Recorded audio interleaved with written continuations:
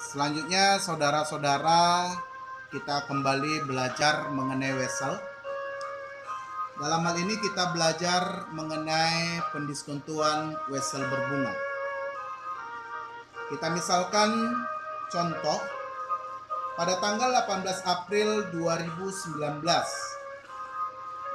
PT Coca-Cola menjual barang dagangan kepada PT Carrefour Indonesia sebesar 20 juta rupiah.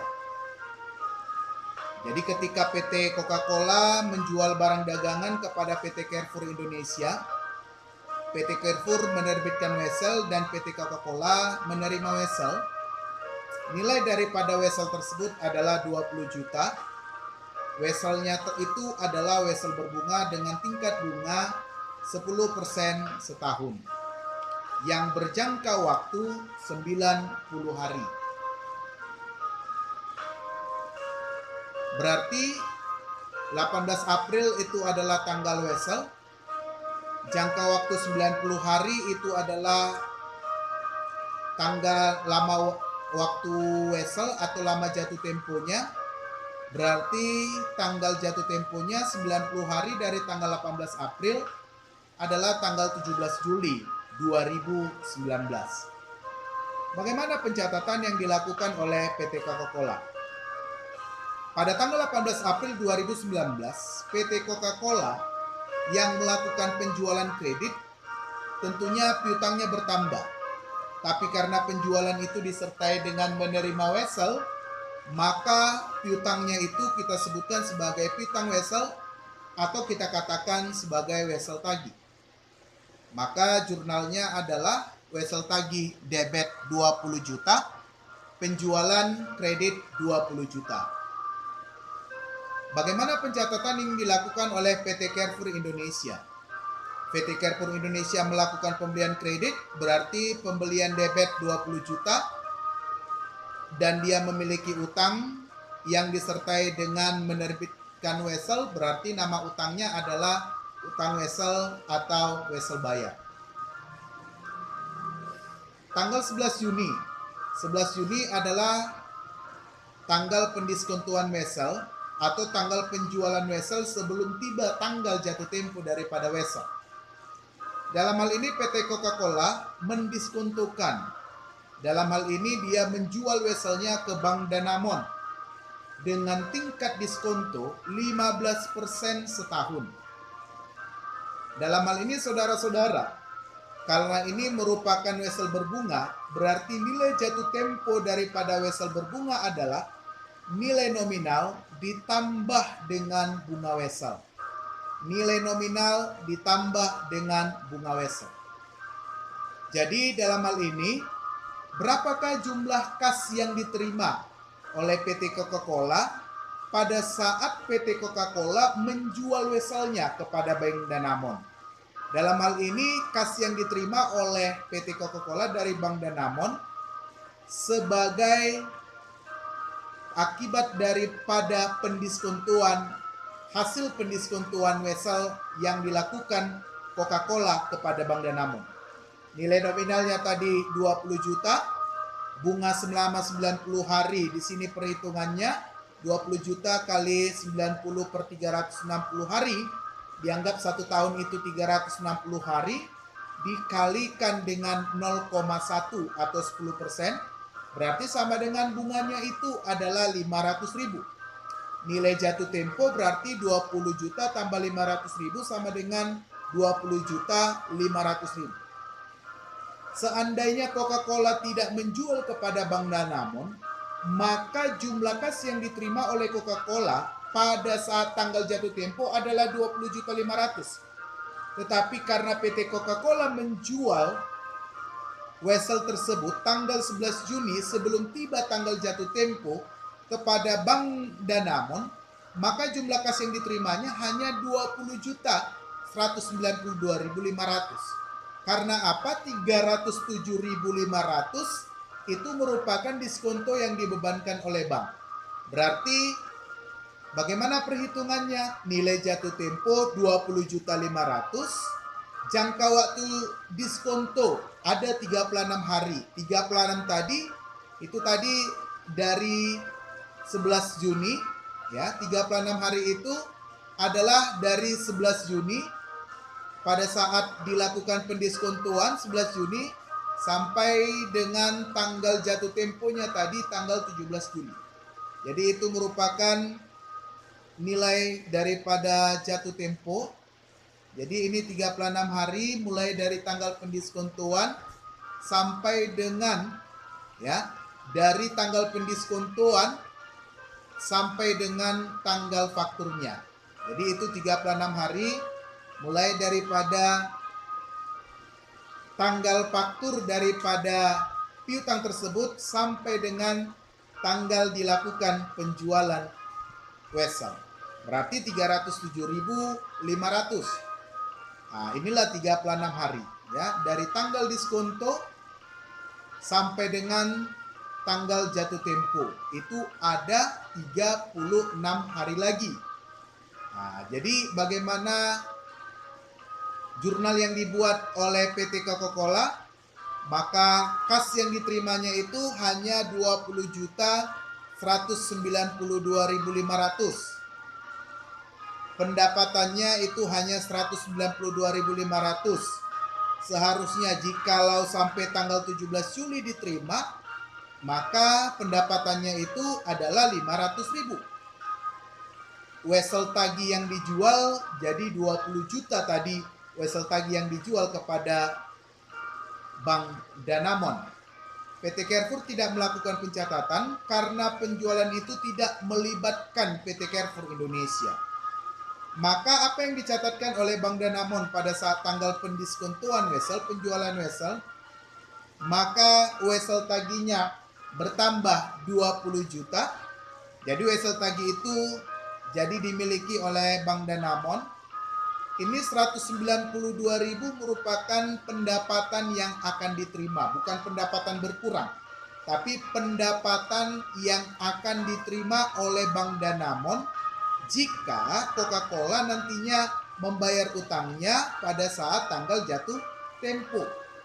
Maka kas yang dikeluarkan 20.192.500, ya, pendapatan yang diberikan kepada PT Coca-Cola, pendapatan yang diterima itu adalah selisih 192.500, yaitu 307.500 tadi. Jadi ini pendapatan yang dimiliki oleh Bank Danamon. Ini pendapatan yang diterima Bank Danamon nanti pada saat tanggal jatuh tempo. Ini adalah 192.000 adalah pendapatan yang diberikan oleh Bank Danamon kepada PT Coca-Cola. Nah, ini pendapatan yang diberikan kepada PT Coca-Cola. Jadi tanggal 17 Juli kita misalkan PT Carrefour nanti tanggal 17 Juli PT Carrefour ketika dia melunasi utangnya bukan lagi kepada PT Coca-Cola, tetapi PT Carrefour melunasi utang dagangnya 20 juta ini ditambah dengan bunga itu adalah kepada Bank Danamon. Kenapa? Karena wesel itu sudah dijual oleh PT Coca-Cola kepada Bank Danamon. Ya, sudah dijual PT Coca-Cola kepada Bank Danamon.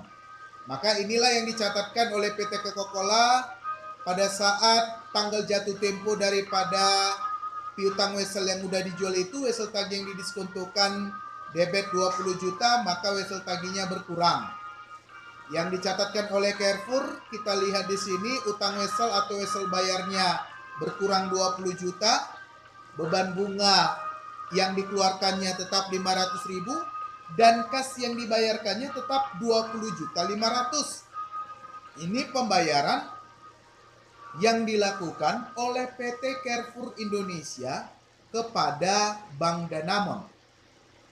Sedangkan pencatatan yang dilakukan oleh Bank Danamon, dia menerima uang 20.500.000. Sedangkan tadi kita lihat yang diberikan kepada Coca-Cola itu adalah sebesar 20.192.500. Ini tadi kas yang dikeluarkan 20.192.500, sedangkan yang diterima pada saat tanggal jatuh tempo dari PT Carrefour Indonesia 20.500.000.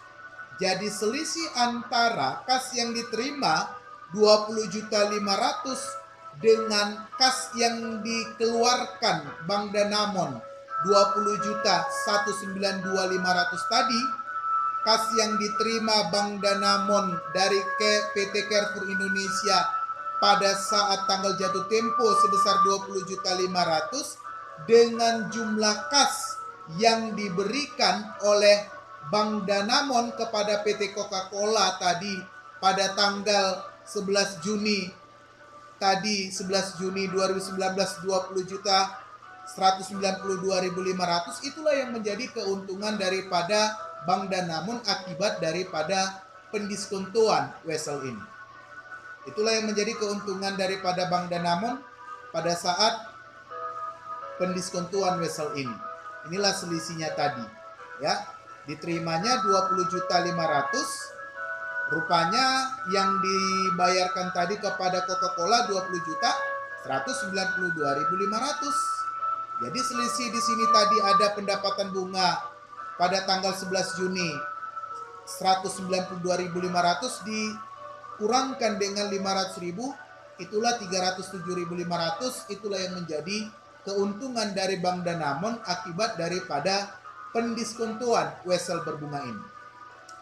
Selanjutnya saudara-saudara, jika hingga tanggal jatuh tempo wesel, misalnya tanggal 17 Juli 2019, PT Carrefour Indonesia belum juga melunasi utangnya kepada Bank Danamon, maka Bank Danamon akan menagih utang itu bukan kepada Carrefour, tapi menagih utang itu kepada PT Coca-Cola. Dan tentunya PT Coca-Cola harus mengeluarkan biaya tambahan atau biaya lain-lain sebesar Rp100.000. Bank Danamon mengenakan biaya tambahan atau biaya lain-lain sebesar Rp100.000. Jadi begini untuk jurnalnya saudara-saudara. Untuk wesel tagih didiskontokan 20 juta itu yang dicatatkan oleh PT Coca-Cola. Wesel tagih 20 juta. Dalam hal ini PT Coca-Cola tanggal 17 Juli seandainya PT Carrefour Indonesia belum juga melunasi utangnya kepada Bank Danamon, maka mulai dari tanggal 17 Juli 2019 piutang itu jadi milik Coca-Cola. Jadi piutang dagang Coca-Cola, PT Coca-Cola kepada PT Carrefour Indonesia. Jadi PT Coca-Cola lah yang memiliki piutang itu. Dalam hal ini PT Coca-Cola itu harus membayarkan kas 20.600.000 kepada Bank Danamon. Dari mana itu? 20 juta itu merupakan nilai wesel, 500.000 itu merupakan bunga wesel, dan 100.000 itu merupakan biaya tambah. Bagaimana pencatatan yang dilakukan oleh Carrefour Indonesia? Wesel bayarnya 20 juta, beban bunganya 500.000, dan beban lain-lainnya 100.000. Dan utang dagangnya 20.600.000 ini dimiliki oleh Carrefour Indonesia kepada PT Coca-Cola. Jadi seperti itulah pencatatan yang dilakukan. Jadi inilah yang harus dibayarkan oleh PT Coca-Cola kepada Bank Danamon. Selanjutnya saudara-saudara, kita bisa melihat di sini untuk contoh soal. Jadi kita misalkan ini tanggal wesel ada tanggal 22 Januari 2019. Jangka waktunya ada 90 hari. Nilai nominalnya ada 10 juta. Kalau di sini tarif bunga adalah 0%, berarti ini merupakan wesel yang tidak berbunga. Kalau ada persentase di sini adalah itu artinya merupakan wesel yang berbunga. Jadi 16 Maret itu adalah tanggal pendiskontoan wesel. Tarif diskonto adalah 10%. Misalkan perusahaan kita PT Misericordias Domini dan kita ya kepada wesel kepada PTA, dan kita misalkan ada wesel kepada PTB, ya. Jadi kita misalkan 1 bulan itu, ya, perhitungan 1 bulan itu adalah 30 hari. Kita disuruh menentukan tanggal jatuh tempo daripada wesel dan nilai jatuh tempo daripada wesel untuk masing-masing wesel A, wesel B. Berapa jumlah kas yang diterima oleh PT Misericordia Stromini pada saat pendiskontuan. Untuk misalkan untuk wesel A. Jadi wesel A kita katakan itu merupakan wesel tidak berbunga. Kenapa wesel tidak berbunga? Karena itu tarif bunga wesel itu adalah 0%. Jadi tanggal jatuh tempo 90 hari tadi, ya. Jatuh temponya 90 hari, berarti 90 hari dari tanggal 22 Januari 2019 adalah tanggal 22 April 2019. Selanjutnya nilai nominal, karena wesel tidak berbunga berarti nilai nominal adalah nilai jatuh sama dengan nilai jatuh tempo 10 juta. Diskonto yang dibebankan oleh bank, nilai nominal 10 juta kalikan 0,1, ini 36 itu adalah jangka waktu, ya. 36 itu jangka waktu dari tanggal pendiskontoan 16 Maret 2019, ya, 16 Maret 2019 sampai dengan 22 April 2011, ya. Jadi dari mana itu 36 hari? Adalah jangka waktu dari tanggal 16 Maret 2011 dari tanggal pendiskontuan sampai dengan tanggal jatuh tempo daripada wesel 22 April 2011. Jadi itu ada 100.000. Inilah kas yang diterima pada saat pendiskontuan. Kemudian untuk wesel B itu adalah wesel berbunga. Karena bunganya tadi di sini ada 10%. Ya, jangka waktunya itu 60 hari. 60 hari dari tanggal 13 Mei kita hitung. Kemudian didiskontokan tanggal 25 Juni 2011. Tarif diskontonya adalah 12%. Ya, tarif diskontonya adalah dalam hal ini kita misalkan tarif diskontonya adalah 12%, ya. Untuk wesel B berarti nilai nominal 15 juta. Berarti 60 hari dari tanggal 13 Mei adalah 13 Juli 2011. Nilai nominal 15 juta, bunga 60 hari. Berarti 15 juta kali 0,1 dikalikan 60 hari, 360 hari dalam setahun berarti 250.000. Nilai jatuh tempo wesel adalah 15.250.000. Kemudian diskonto yang dibebankan oleh bank berarti nilai jatuh tempo 15.250.000 kalikan dengan 12% dikalikan dengan 18. 18 itu 18 hari. 18 hari itu dari mana? Ya, 18 hari itu berarti jangka waktu dari tanggal pendiskontuan 25 Juni 2011 sampai dengan tanggal jatuh tempo 13 Juli. Ya, 13 Juli 2011 itu adalah 18 hari, berarti 91.500.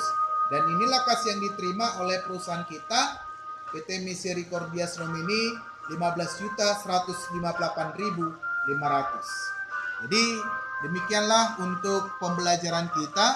Kita belajar mengenai wesel tagih dan wesel bayar.